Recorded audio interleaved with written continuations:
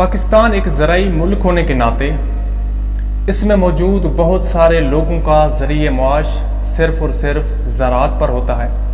ज़राअत से वाबस्ता कुछ लोग ऐसे होते हैं जो अपनी ज़रूरियात ज़िंदगी को जदीद दौर के तकाज़ों के मुताबिक गुजारने के लिए वो दूसरे शोबेजात में भी काम करते हैं, जैसा कि कोई गवर्नमेंट जॉब करता है तो कोई प्राइवेट कंपनी में जाके जॉब कर रहा होता है। लेकिन दोस्तों, इन लोगों के अलावा इस दौर हाजिर में कुछ ऐसे लोग भी पाए जाते हैं जो अपनी ज़रूरियात ज़िंदगी को पूरा करने के लिए सिर्फ़ और सिर्फ ज़राअत के मोहताज होते हैं। उनका जीना मरना ज़राअत के ऊपर होता है, इसके अलावा और कोई चीज़ नहीं होती। उनकी घर की तमाम आमदनी ज़राअत के ऊपर ही होती है, बाकी उनके लिए कोई रास्ता नहीं होता पैसा आने का।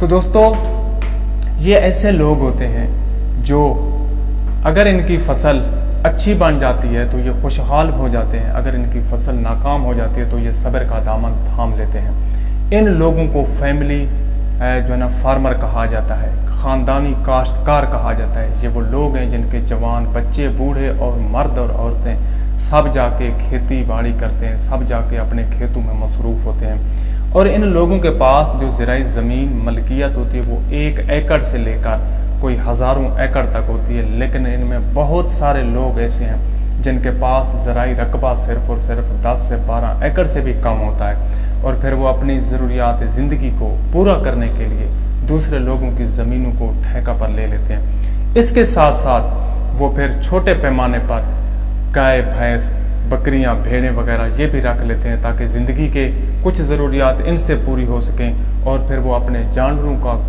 दूध बेचकर उससे पैसा कमाकर अपने बच्चों की तालीम के अखराजात पूरे करते हैं, और अगर कोई घर में मरीज़ हो तो उसकी दवाई भी उससे ले लेते हैं। दोस्तों, ये ऐसे लोग हैं ख़ानदानी काश्तकार, इनके दिलों में ज़राअत का जज्बा बहुत ज़्यादा पाया जाता है, क्योंकि ये लोग अपनी ज़िंदगी की अहम ज़रूरियात को नज़रअंदाज कर देते हैं और फसल को उगाने के लिए अच्छा बीज लेते हैं, अच्छी खादें लेते हैं और महंगी से महंगी ज़हरें ख़रीद कर जो है ना अपनी फसल के ऊपर लाखों रुपए का खर्चा करते हैं ताकि उनसे वो अच्छी पैदावार ले सकें। इनके बूढ़े और इनके मर्द ये सब अपने खेतों में जाके काम करते हैं। ज़्यादातर खेतों में का जो काम होता है वो इनके मर्द ही करते हैं, और इनकी जो औरतें होती हैं वो यानी कि जानवरों के घास वगैरह काटती हैं, उनको घास डालती हैं और उनको जो ना पानी वगैरह पिलाती हैं। इसके साथ साथ वो बहुत सारे और भी